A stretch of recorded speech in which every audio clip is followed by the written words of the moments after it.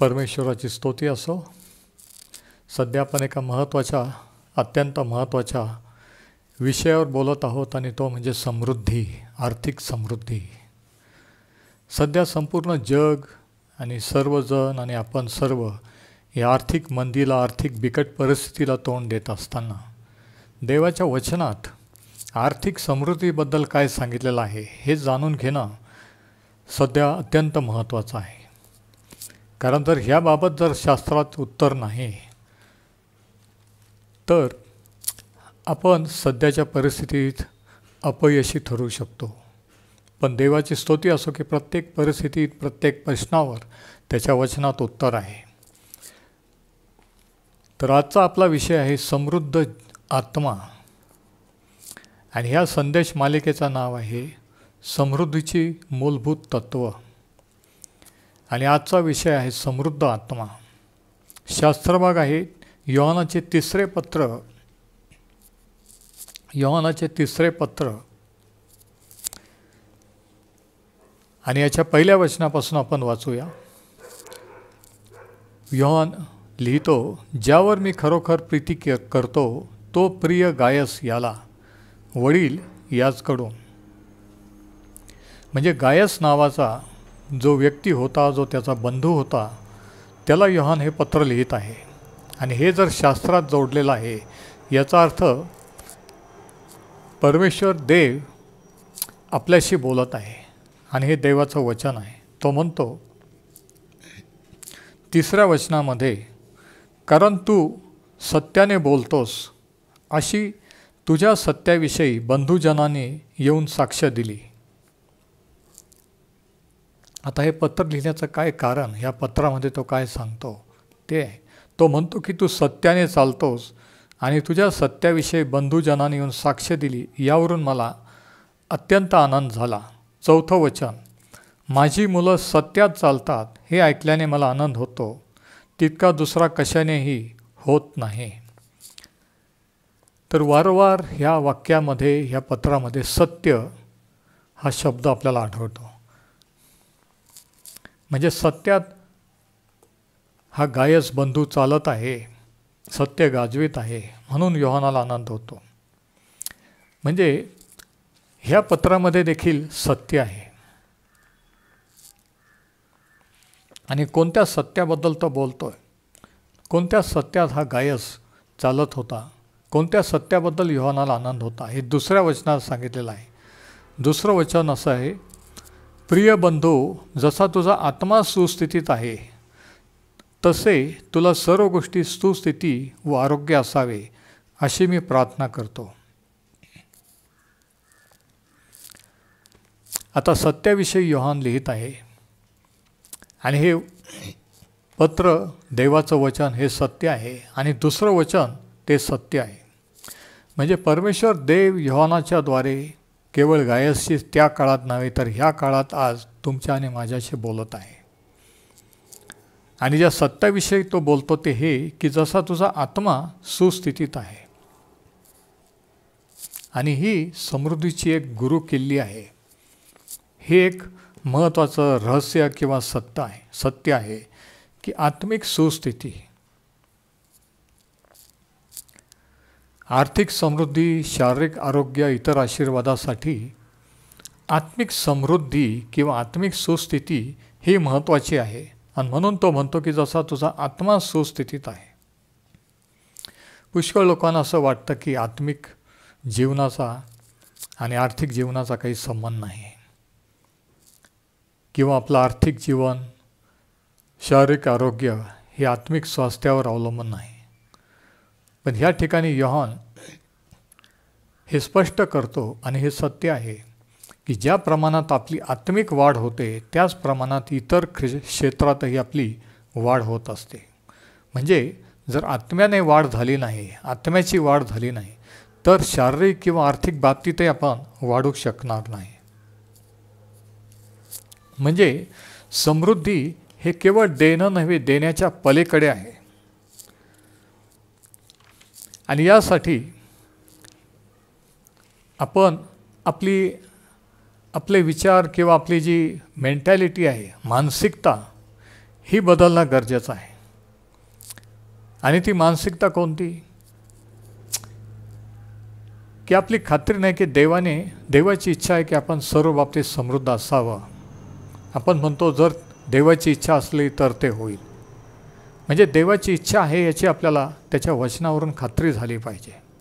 आणि दुसऱ्या वचनात तेच सांगितलेलं आहे की जी गायसविषयी यहोवाची इच्छा होती तीच देवाची आज तुमच्या आणि माझ्याबद्दल आहे. की जसा आपला आत्मा सुस्थितीत आहे, आत्मिक समृद्धी आहे, त्याच प्रमाणात आपल्याला सर्व बाबतीत समृद्धी असावी आणि आरोग्य असावे, ही देवाची इच्छा आहे. आता ह्या सत्यावर तुमचा विश्वास आहे का? जर देवाचं वचन सत्य आहे, शास्त्र सत्य आहे आणि हे जर देवाचं वचन आहे तर हे सुद्धा आज आपल्यासाठी लागू आहे असं तुम्हाला वाटतं का? अशी तुमची खात्री आहे का?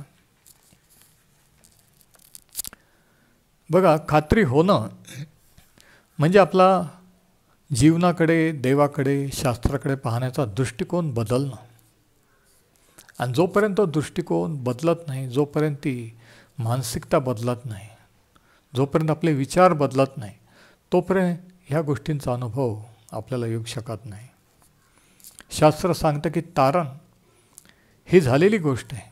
तारण हे देवाने 2000 वर्षापूर्वी प्रभू येशू ख्रिस्ताच्या मरण आणि पुनरुत्थानाच्या द्वारे सर्व मानवजातीसाठी उपलब्ध करून ठेवलेलं आहे. ही घडलेली घटना आहे. आणि त्या वधस्तंभावर त्याने आपले रोग वाहिले, आपले शाप वाहिले, आपले पाप वाहिले. हा भूतकाळ आहे, हे झालेलं आहे. आणि जे झालेलं आहे ते जर आपण समजून त्याच्यावर विश्वास ठेवला तर आपल्याला त्याचा उपभोग घेता येतो. आता कोरिन्थीकरास दुसरे पत्र याचा 8वा अध्याय आणि 9वं वचन. तर बघा, मानसिकता, आपले विचार हे बदलणं गरजेचं आहे. बरेच लोकांना असं वाटतं की देवाने काहीतरी केलं पाहिजे, देव काहीतरी का करत नाही. पण आनंदाची गोष्ट ही की देवाने जे करायला पाहिजे ते अगोदरच करून ठेवलेलं आहे. Praise the Lord. ही आनंदाची बातमी आहे की देवाने आपल्यासाठी पापांची क्षमा, शारीरिक आरोग्य, आर्थिक समृद्धी, सर्व आशीर्वाद अगोदरच प्रभू येशूच्या द्वारे उपलब्ध करून ठेवलेले आहेत. करायचं काही नाही आहे. देवाच्या साईडने ते सर्व झालेलं आहे. आता आपल्याच साईडने आपण ते समजून घ्यायचं की देवाने काय केलेलं आहे, ते समजून घेणं आणि त्याच्यावर विश्वास ठेवणं हे आपलं काम आहे. पण बरेच वेळेस आपल्याला वाटतं की देवाने काही केलं नाही, तो काहीतरी का करत नाही. आणि याच्यासाठी शास्त्राभ्यास किंवा वचनाचं ज्ञान हे महत्त्वाचं आहे. आता कोरिन्थीकरास दुसरे पत्र याचा 8वा अध्याय आणि याचं 9वं वचन बघा. पाऊल लिहितो, आपल्या प्रभू येशू ख्रिस्ताची कृपा तुम्हाला माहीत आहे. काय माहीत आहे? कृपा. कृपा म्हणजे मर्जी. म्हणजे सर्व आशीर्वाद जे काही देवापासून आपल्याला मिळतं हे त्याच्या कृपेमुळे मिळतं. तुम्ही आणि मी देवासाठी काय करतो, आपण कोण आहोत, काय केलं म्हणून नाही. ही पहिली गोष्ट. जर तुम्हाला प्रार्थनेचं उत्तर मिळत नसेल, जर तुम्हाला शंका वाटत असेल तर हे पहिली गोष्ट ही समजून घ्या की तारण कृपेने आहे, पापांची क्षमा कृपेने आहे. आणि इतर सर्व आशीर्वाद, आरोग्य, समृद्धी वगैरे हे सर्व आशीर्वाद देखील कृपेनेच आहेत. म्हणून तो म्हणतो की प्रभू येशू ख्रिस्ताची कृपा तुम्हाला माहीत आहे. तो धनवान असता तुम्हाकरिता दारिद्र्य झाला. कोणाकरिता तो दारिद्र्य झाला?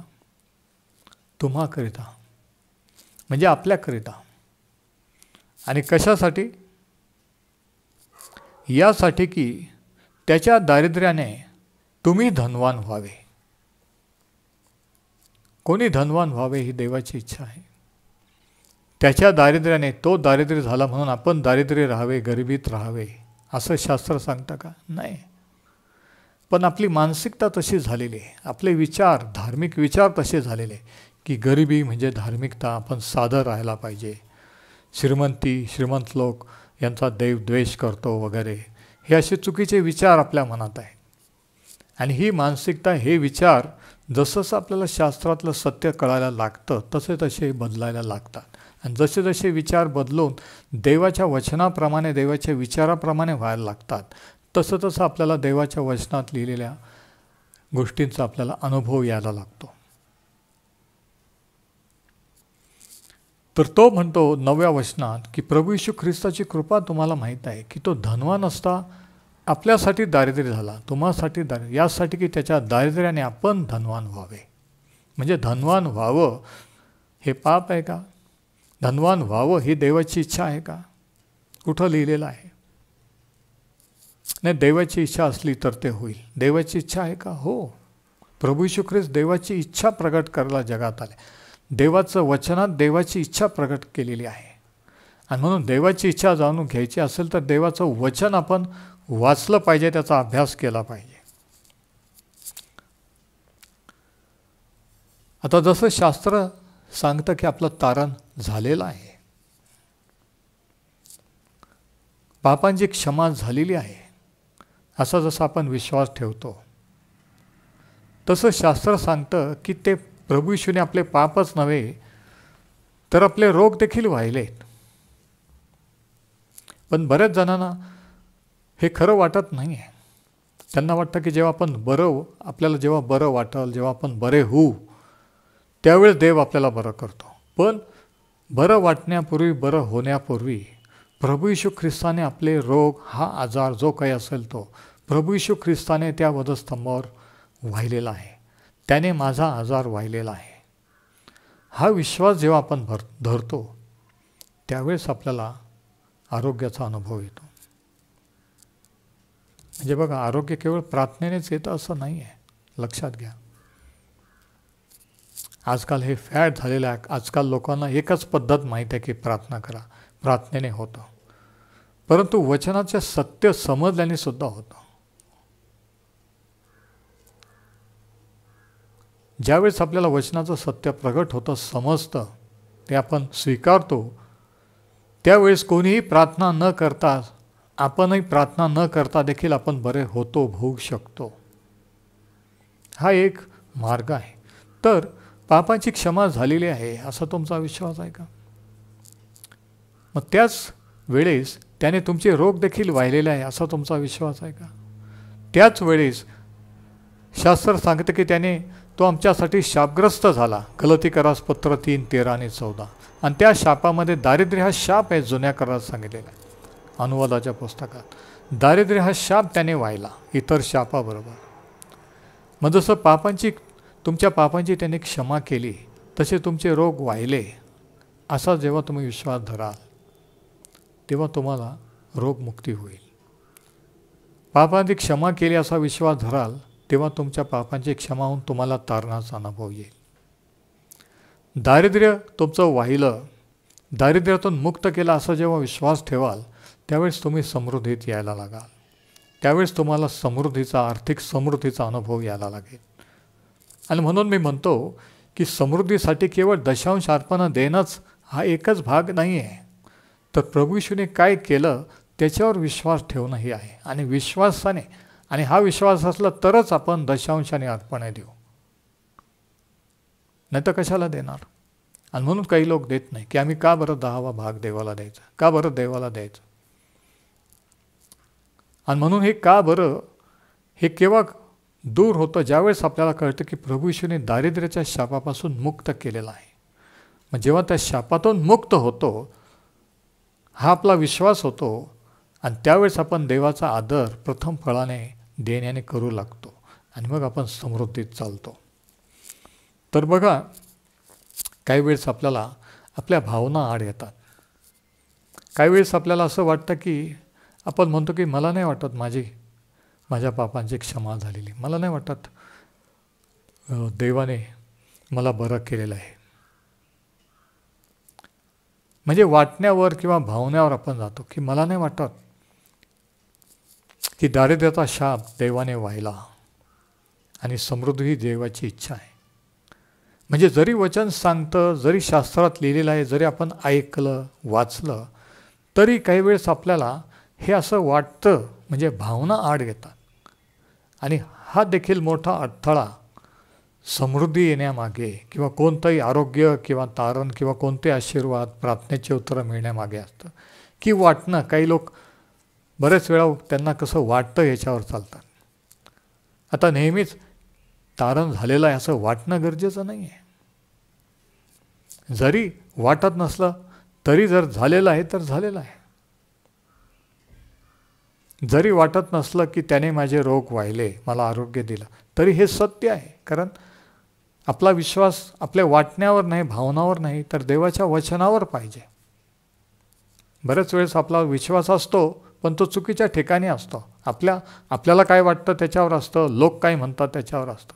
पण तोच विश्वास देवाच्या वचनावर पाहिजे की देवाचं वचन काय सांगतं. कारण देवाचं वचन सत्य आहे.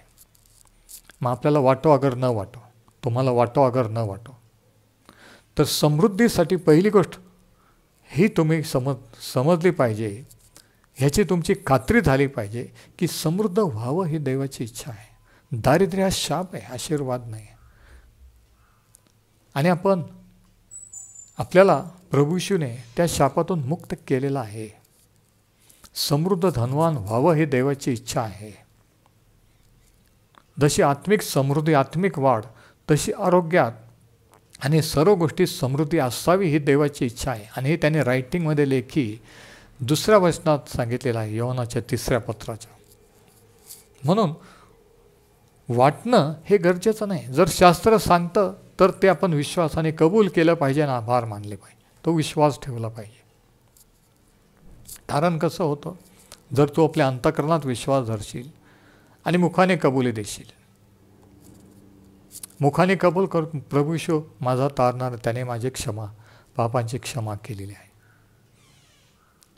तसं ज्यावेळेस आपण विश्वास धरतो की त्याने माझे रोग वाहिले, मला आरोग्य दिलेलं आहे, ह्याची पण मुखाने कबुली, तेव्हा आपण आरोग्यात चालतो.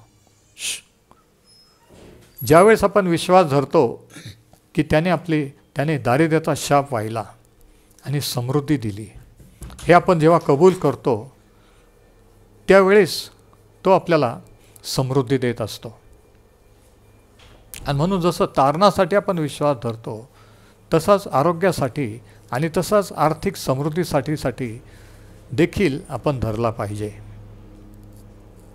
कारण तारण म्हणजे केवळ पापांची क्षमाच नव्हे, तर शारीरिक आरोग्य, आर्थिक समृद्धी हे आहे.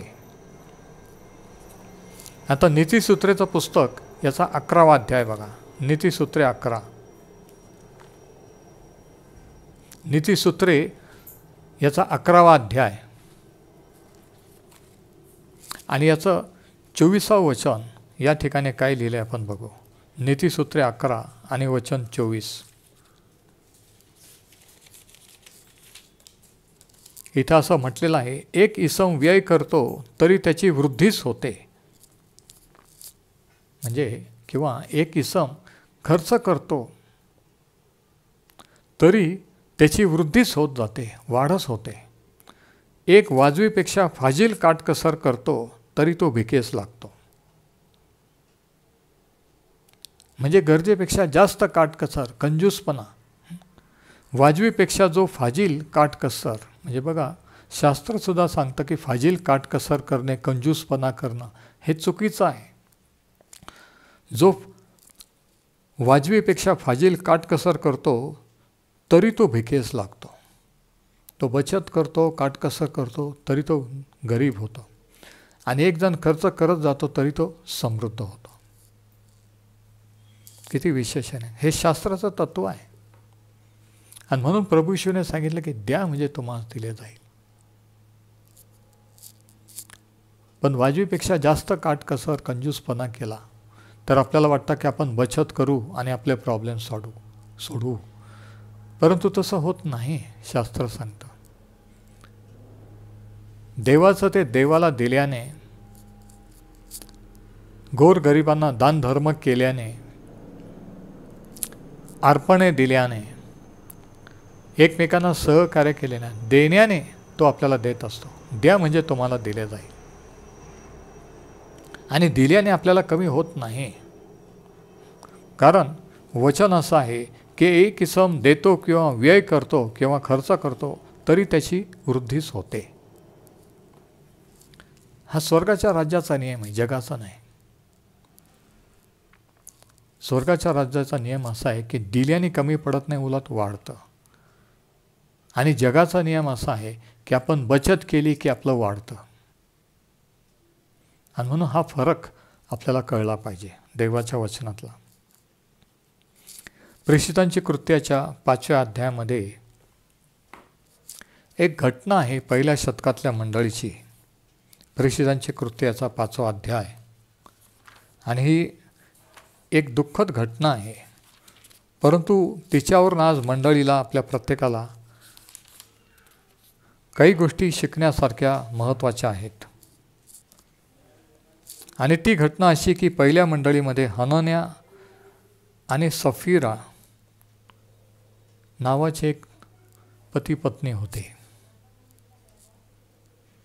आणि त्यांचं एक शेत होतं. आणि त्यांनी ते एक दिवशी विकण्याचं ठरवलं. आणि त्याचा भाग देवाच्या मंडळीला, पेत्राला, शिष्यांना देण्याचा त्यांनी निश्चय केला. 5वा अध्याय प्रेषितांची कृत्याचं पहिलं वचन. कोणी हनन्या नावाचा एक इसम व त्याची बायको सफीरा यांनी आपली मालमत्ता विकली. मग त्याने किमतीतून काही भाग बायकोच्या संमतीने मागे ठेवला व काही भाग आणून प्रेषितांच्या चरणी ठेवला. त्यांना कोणी सांगितलं नव्हतं, ती त्यांचीच प्रॉपर्टी, जमीन होती. त्यांना कोणी मागितलं नव्हतं, चर्चने किंवा प्रेषितांनी. त्यांनी काही भाग मागे ठेवला आणि काही भाग आणून प्रेषितांच्या चरणी ठेवला. तेव्हा पेत्र म्हणाला, हनन्या, तू पवित्र आत्म्याबरोबर लबाडी करावी व जमिनीच्या किमतीतून काही ठेवून घ्यावे म्हणून सैतानाने तुझे मन का भरविले आहे? ती होती तोवर तुझी स्वतःची व विकल्यावर तुझ्या स्वाधीन नव्हती काय? हे करण्याचे आपल्या मनात तू का आणले? तू मनुष्याशी नाही तर देवाशी लबाडी केली. कारण ज्यावेळेस त्याने ही रक्कम प्रेषितांकडे आणली, चर्चमध्ये आणली आणि विचारलं की एवढ्यालाच ती जमीन विकली का? आणि त्याने हो असं सांगितलं. पण त्याच्यातली काही रक्कम बाजूला ठेवलेली होती. आता एवढी रक्कम चर्चला द्यावी असं पेत्राने किंवा कोणीच सांगितलेलं नव्हतं, पण यांनी ठरवलेलं होतं. आणि यांनीच त्याच्यातली रक्कम मागे काढून ठेवलेली होती. आणि म्हणून पेत्र म्हणतो की तू ही लबाडी का केलीस? सैतानाने तुझे मन भरविलेले आहे. तू मनुष्याशी नाही तर देवाशी लबाडी केलेली आहे. कशा प्रकारे? सर्व देवाला द्यायचं असं ठरवलं, परंतु त्याच्यातला काही भाग मागं ठेवला. आणि जेव्हा विचारलं तेव्हा सांगितलं की हो, एवढ्यालाच ती जागा विकलेली आहे. आणि मग काय झालं बघा. हे शब्द ऐकून हनन्याने खाली पडून प्राण सोडला आणि हे ऐकणाऱ्या सर्वांना मोठे भय प्राप्त झाले. त्याच वेळेस तो मरण पावला. पुढं जर आपण वाचलं तर त्याची बायको आली, तिलाही पेत्राने विचारलं. मग असे झाले की सुमारे प्रहराच्या अंतराने त्याची बायको आत आली. वचन 7. तेव्हा झालेले वर्तमान तिला समजले नव्हते. पेत्र तिला म्हणाला, मला सांग, एवढ्याला तुम्ही जमीन विकली काय? तिने उत्तर केले, होय, एवढ्यालाच. बघा, कारण दोघांनी ठरवलं होतं. ती पण खोटं बोलली. पेत्र तिला म्हणाला, प्रभूच्या आत्म्याची परीक्षा पाहण्यास तुम्ही एकोपा का केला? पहा, ज्यांनी तुझ्या नवऱ्याला पुरले त्यांचे पाय दाराशीच आहेत, ते तुलाही उचलून बाहेर नेतील. तेव्हा लागलेच तिने त्याच्या पायाजवळ पडून प्राण सोडला. आणि तरुणांनी आत येऊन तिला मेलेले पाहून तिला बाहेर नेऊन तिच्या नवऱ्याजवळ पुरले. या ठिकाणी यांचं पाप, यांची चूक काय झालेली आहे की त्यांनी स्वतःकरिता मागे ठेवलं. एक खर्च करतो, व्यय करतो तरी त्याची वाढ होते. एक वाजवीपेक्षा जास्त काटकसर करतो आणि तरी तो भिकेस लागतो. म्हणजे मागं ठेवणं हे देखील पाप आहे, चुकीचं आहे. आणि त्याच्यामुळे देखील समृद्धीला अडथळा येत असतो. आज विचार करा की जे देवाचं ते देवाला तुम्ही देत आहात का? सर्व काही देवाचं आहे, आपण देवाचे आहोत, हे जग त्याचं आहे, आपल्या जवळ जे आहे ते त्याचं आहे. कला, कौशल्य, ज्ञान, बुद्धी, शिक्षण, ह्याच्यामुळे जी नोकरी, बिझनेस आहे, हे सुद्धा त्याने दिलेले आहे. आणि म्हणून देवाला देणं म्हणजे आपलं ते देणं नाही, की जे देवाने आपल्याला दिलेलं आहे त्याचाच भाग, त्याच्यातूनच त्याला देणं आहे. कारण तुम्ही त्याचे आहात, तुमच्या जवळ जे आहे ते त्याचं आहे, तुमच्या मुखातील श्वास त्याचा आहे, त्याच्या हातात आहे. दुसरी गोष्ट, तिसरी गोष्ट जी आपल्याला समृद्धीला अडखळण ठरते ती ही. पहिली गोष्ट ही की आपण हे समजलं पाहिजे की देवाची इच्छा आहे आर्थिक समृद्धी. तिसऱ्या योहानाच्या पत्र याचा 2रं वचन. कारण 2 कोरिंथ 8:9 प्रमाणे प्रभू येशू ख्रिस्ताने तो आपल्यासाठी दारिद्र्य झाला, धनवान असता दारिद्र्य झाला, यासाठी की त्याच्या दारिद्र्याने आपण धनवान व्हावे.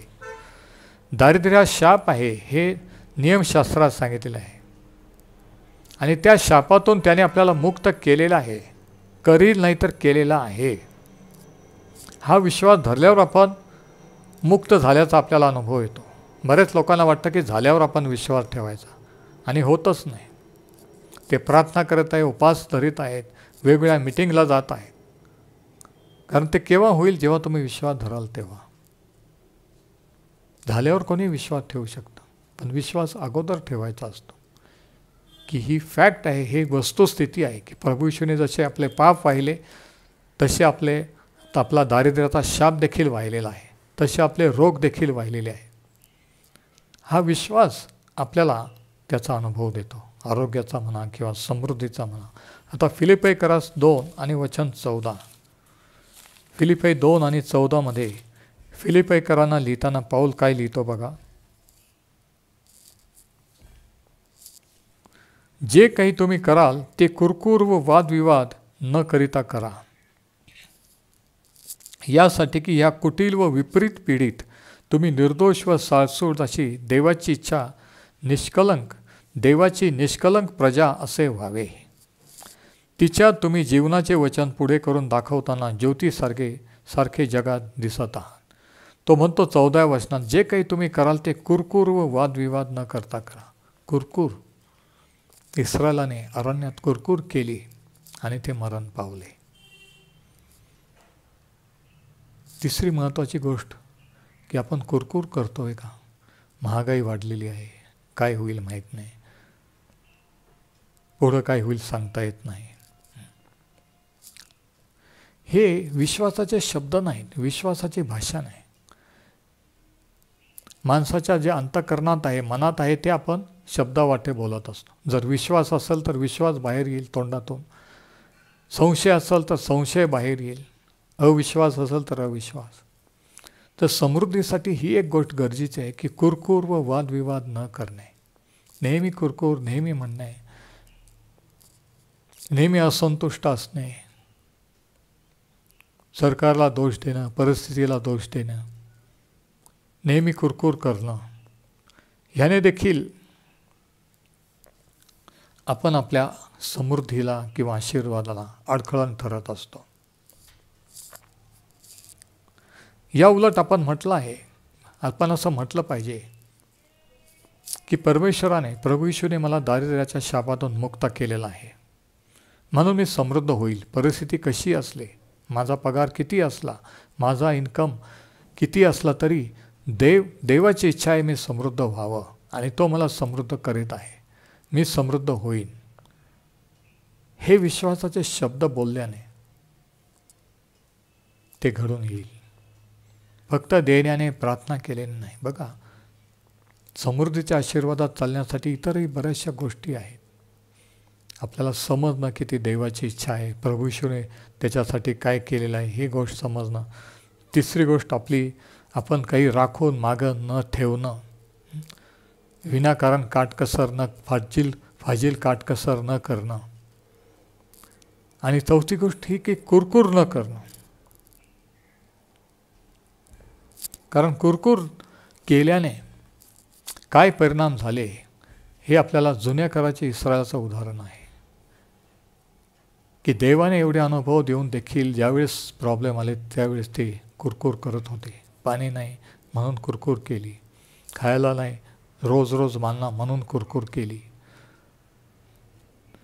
जर कुरकुर करण्याचा तुमचा स्वभाव असेल, क्षुल्लक गोष्टी जर तुम्ही कुरकुर करत असाल तर ती गोष्ट तुमच्या आशीर्वादाला अडखळण ठरेल. आता शेवटी यशायाच्या पुस्तकाचा पहिला अध्याय, यशाया 1 आणि याचं 19 वचन. यशाया 1 आणि वचन 19. या ठिकाणी परमेश्वर म्हणतो, तुम्ही माझे ऐकायला मान्य व्हाल तर भूमीचे उत्तम फळ खाल. भूमीचे उत्तम फळ खाणं म्हणजे समृद्ध होणं. थोडक्यात दुसऱ्या शब्दात म्हणजे तुम्हाला जर तुमच्या भूमी तुमच्या देशात समृद्ध व्हायचं असेल तर तुम्ही माझं ऐकलं पाहिजे, हे देव म्हणतो. म्हणजे समृद्धी हे देवाचं ऐकल्यावर अवलंबून आहे का? हो. तो म्हणतो तुम्ही माझे ऐकायला मान्य व्हाल. ऐकाल नाही तर ऐकायला मान्य व्हाल. कारण बरेच लोक आज ऐकण्याच्या मनस्थितीत नाहीत. ते स्वतःच्या विचाराने, स्वतःच्या डोक्याने किंवा इतरांच्या डोक्याने, विचाराने, तज्ज्ञांच्या मताने चालत आहे. म्हणून मानसिकता जेव्हा मनाची तयारी होती की आता देव काय म्हणतो ते मी ऐकेल, स्तोत्रकर्ता म्हणतो परमेश्वर देव काय बोलेल ते मी ऐकून घेईन, कारण तो आपल्या भक्तांशी क्षेमकुशलाचे भाषण करील. मात्र त्यांनी मूर्खपणाकडे पुन्हा वळू नये. तर जसं स्तोत्रकर्ता म्हटला की मी परमेश्वर काय म्हणतो ते ऐकून घेईन, जेव्हा तुम्ही ऐकायला तयार व्हाल, देवाचं वचन वाचायला तयार व्हाल, समजून घ्यायला तयार व्हाल, त्यावेळेस तो म्हणतो की तुम्ही भूमीचं उत्तम फळ खाल किंवा तुम्ही समृद्ध व्हाल. आणि ही शेवटची गोष्ट, 5वी गोष्ट, की आपण देवाचं ऐकायला मान्य व्हायला पाहिजे. कारण जेव्हा तयार झालो तरच आपण ऐकू. मनाची तयारी नसेल, इंटरेस्ट नसेल, इच्छा नसेल तर आपण ऐकणार नाही. आपण जरी चर्चला गेलो, शास्त्र वाचलं तरी आपण जायचं म्हणून जाऊ, ऐकायचं म्हणून ऐकू, पण मनापासून ऐकणार नाही. मनात आपले विचार असतील की कसं होईल, काय करायचं, कसा तो प्रॉब्लेम सोडवायचा, कशी ती अडचण दूर करायची. पण परमेश्वर म्हणतो की जर तुम्ही माझे ऐकायला मान्य व्हाल तर तुम्ही भूमीचे उत्तम फळ खाल. आणि म्हणून हे देखील एक महत्त्वाचं सत्य आहे आत्मिक समृद्धीसाठी, आर्थिक समृद्धीसाठी, की आपण देवाचं ऐकायला मान्य झालं पाहिजे आणि त्याचं ऐकलं पाहिजे. आणि देवाचं वचन ही त्याची वाणी आहे. आणि ज्यावेळेस आपण त्याची वाणी, त्याचं वचन वाचतो, ऐकतो, अभ्यास करतो, त्यावेळेस आपल्याला त्याची इच्छा समजते. आणि ज्यावेळेस आपण ते स्वीकारतो, मान्य होतो. समजणं हा एक भाग आणि स्वीकारणं हा दुसरा भाग. बऱ्याच जणांना माहीत आहे की प्रभू येशू ख्रिस्त हाच तारणार आहे, पण त्यांनी स्वीकारलेलं नाही आहे. बऱ्याच जणांना माहीत आहे की तो मुक्त करणार, पापांची क्षमा आहे करणार आहे, बरं करणार आहे, पण त्यांची इच्छा नाही आहे किंवा ते मान्य नाही आहे त्यांना. म्हणून परमेश्वर म्हणतो की जेव्हा तुम्ही ऐकायला मान्य व्हाल तेव्हा तुम्ही समृद्ध व्हाल. परमेश्वर हे वचन आशीर्वादित करो. पुढील भागात आपण ह्या संदेश मालिकेतला, सिरीजमधला शेवटचा भाग पाहू, गुंतवणूक आणि परतफेड. हे आपण पुढच्या संदेशात पाहू. परमेश्वर हे वचन आशीर्वादित करो.